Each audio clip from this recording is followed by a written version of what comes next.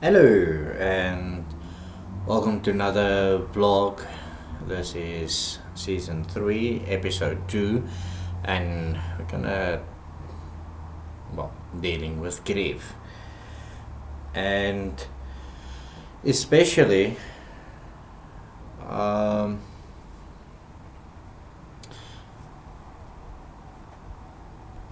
friend of mine church made a suggestion that I should discuss the dealing of grief, and I just need to make sure that I should say it's working. Okay, so grief. About a month ago, my mom passed away, and I took it really hard, and so yeah, my entire world was in chaos, and I've always prepared myself for my mom's passing. I was prepared for that. I mean, I knew that if I am not gonna die before her, then she's gonna die before me. I mean, that's the logic, and so I tried to prepare myself, and emotionally, I always had all of these scenarios that I had in mind or envisioned, and so that typically like that movie of Nicolas Cage, Next. If anyone has seen that, that is the best way I can actually explain how I handled the preparation. Is that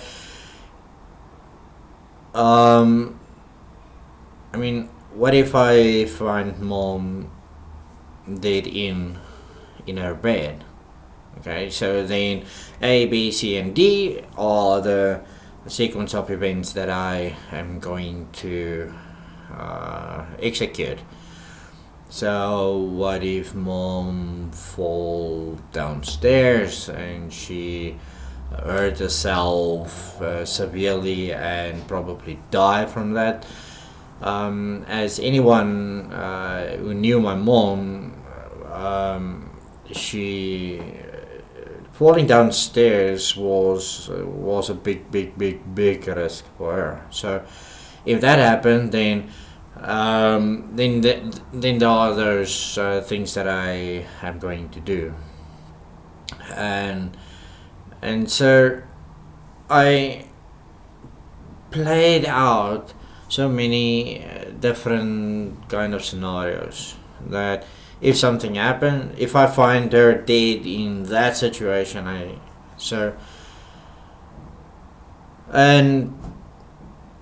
about in the beginning of February 2017, we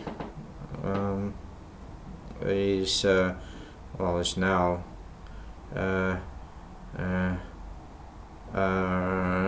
it's about 2 months ago now, and that just moved into the new apartment, and mom lived there a month. In the first month, mom passed away. That was so unexpected, and I knew that mom's gonna die while living in this new apartment, but I never thought that it's gonna be this soon, and um, and so mom died. Or well, she got a very severe stroke. Her entire left hand side was completely out, and yeah, and then 3 days later in the hospital she passed away, and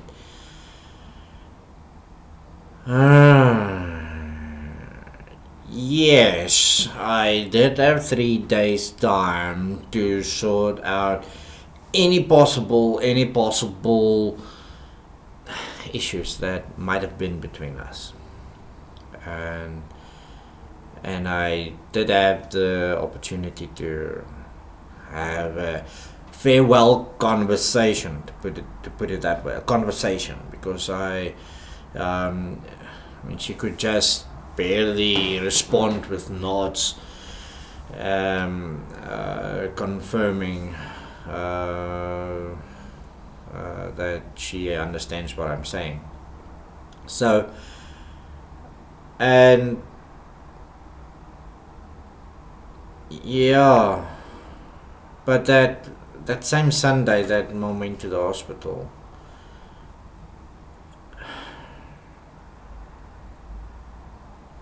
the grief,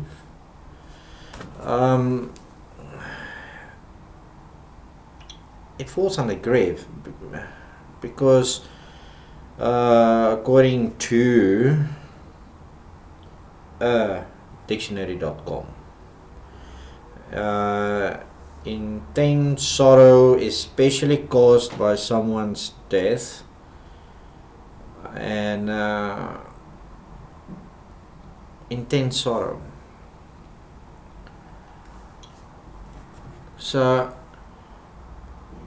I was I was crying like I never ever did in my life. The thing that actually rocked my entire preparation was I never prepared for the emotional coaster that one gets suddenly threw onto. It's a coaster, a roller coaster. It's up, down, left, right. You're turning all around, and it's hectic. It's hectic. I tried to prepare. No,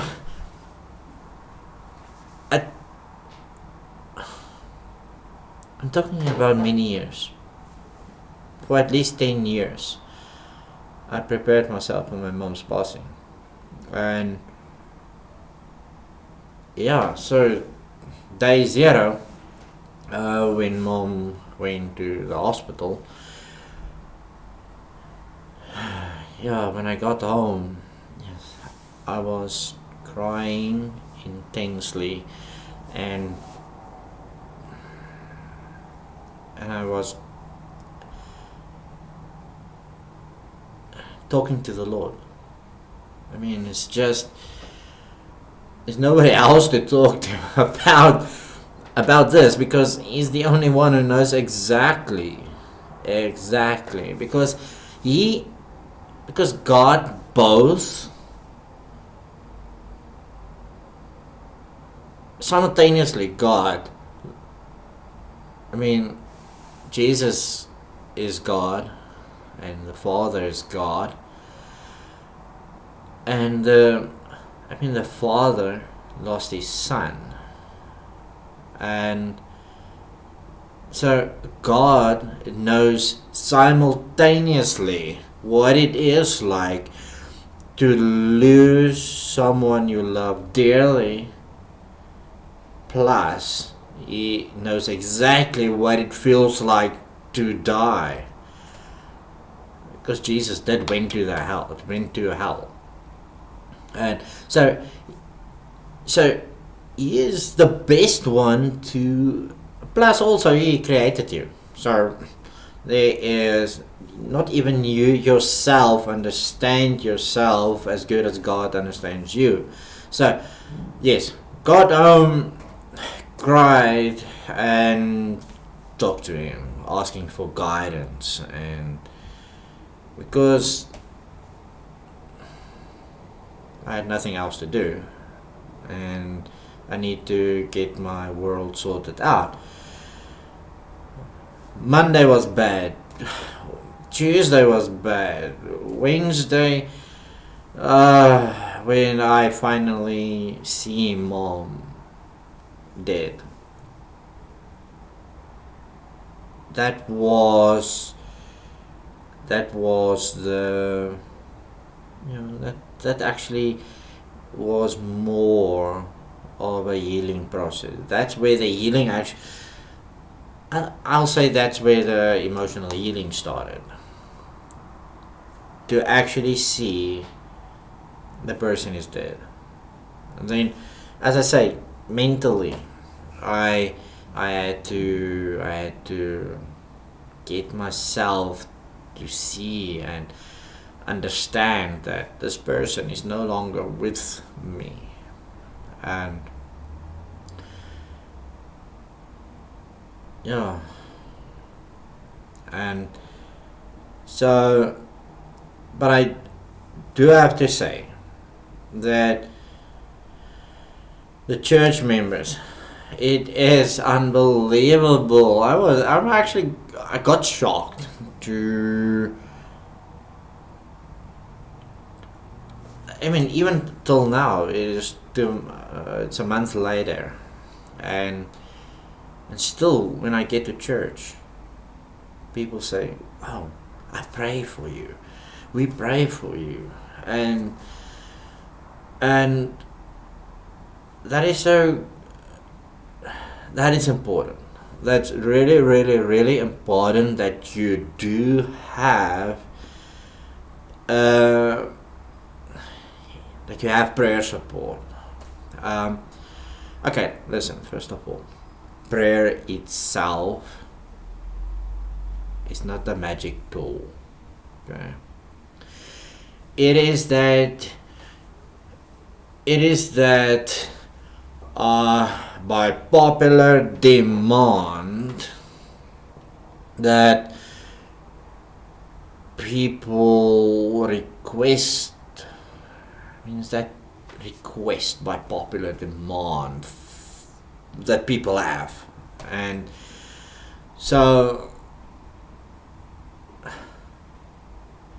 it's sad to think that, because I get the impression that people say, "Oh, we have to pray, we are praying for you," and without prayer, and blah blah blah, and it's prayer. Well, people make prayer something it actually isn't. They made it a tool. People made prayer a tool. Well, prayer is actually nothing but only a conversation with, okay, the technical definition is prayer is communication with a deity. And so, but yeah, so prayer is just communication with God, talking to God. That is what prayer is. Asking God. And so if you have lots of people who actually do pray, do request from God that he should take care of somebody, well, in this case, me, all right? Lots of people ask God to take care of me emotionally, to support me, to just, that's important. That is so important. I mean, Yes, God, do listen to you yourself when you ask for Him to give you support, to give you strength, to give you courage and encouragement, and but it's also important for many other people. The more other people also ask of God, that popular demand for a certain outcome. Yeah. So yes. And so how am I dealing with all of this? I'm just taking one step, one day at a time. It is not a race. It's not a race. You're not competing against anybody. Alright? It's not a race. So there's no reason to rush. I just focused quite a lot and tried to avoid sympathy. I don't thrive on sympathy and empathy.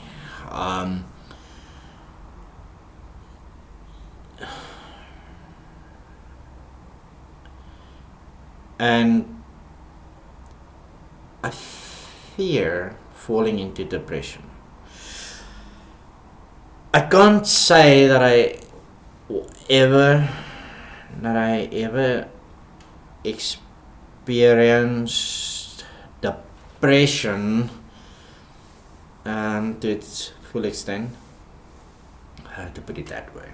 But what I can say is that I have a very good idea of what depression is, and because there was a time where I noticed that I'm losing, that I'm just way many years ago. Okay, sure. Yeah, so when I noticed that I experienced something that's very very, how can I put it, dark, somber, bracing. It's no. So yes, in the past month, well, it's not a complete month yet, right? So, but it's almost. So, I did, whenever I feel sorrowful, I did cry. Right? When I talk to people, and I don't know, I did not try to not cry because I'm a man, and well, when I talk to somebody, I try to not cry because it's difficult to talk when you cry. Okay. Yeah.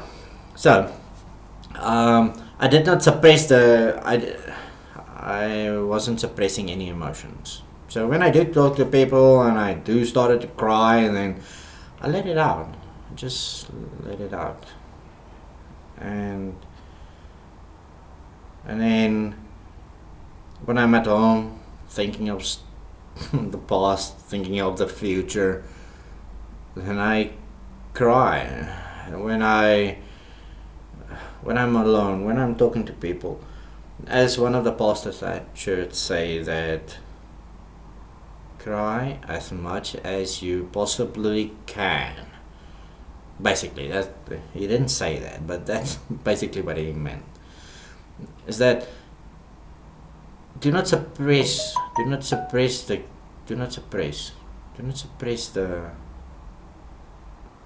sorrow. When you're sad, do cry. Strangely enough, that is a very, very healing process to cry. And the same as laughter. Laughter heals the body physically. When you're emotionally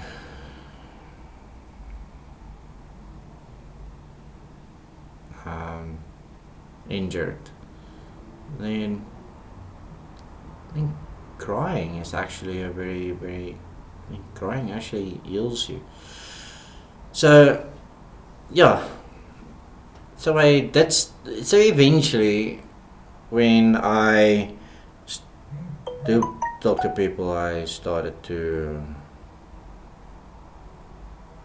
I don't say that I tried to make fun of it, but I did try to lighten all the somberness of the whole incident. I mean, Mom passed away, and so I started to say things like, well, Dad passed away, now Mom is gone, so now I'm officially an orphan because I don't have any parents anymore. So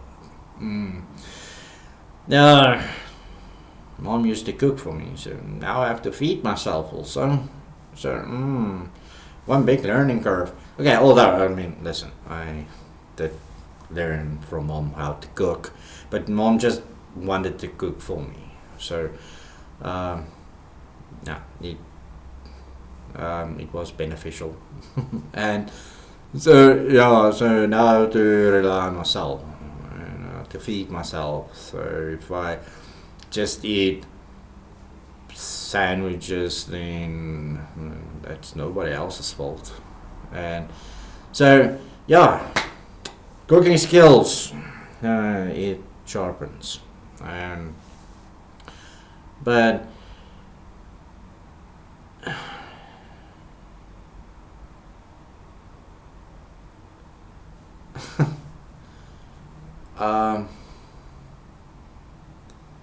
okay,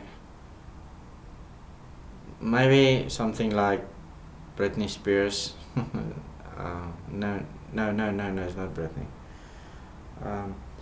This is song that they actually sing, shout, let it all out.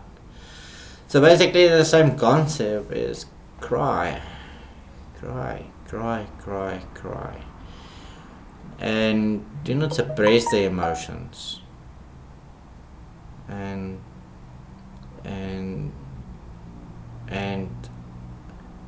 please do not try to avoid to thrive on pity and empathy and sympathy,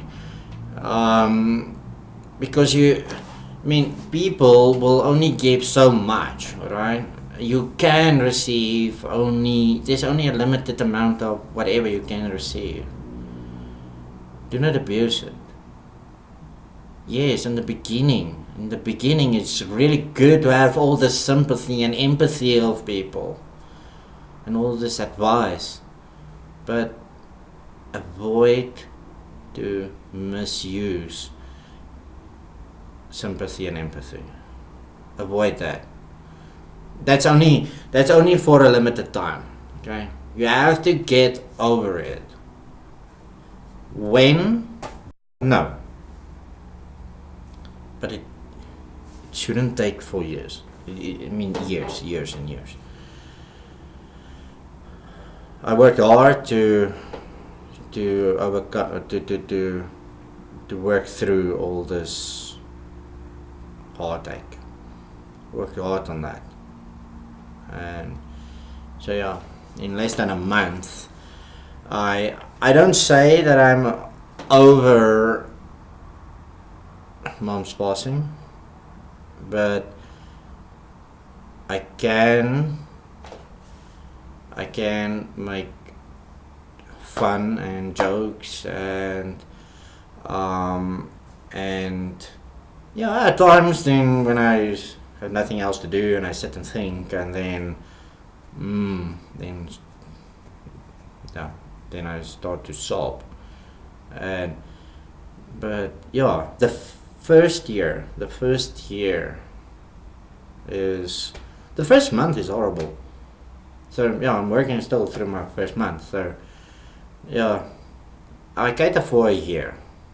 That after a year, then things should level out, and just have that normal times of,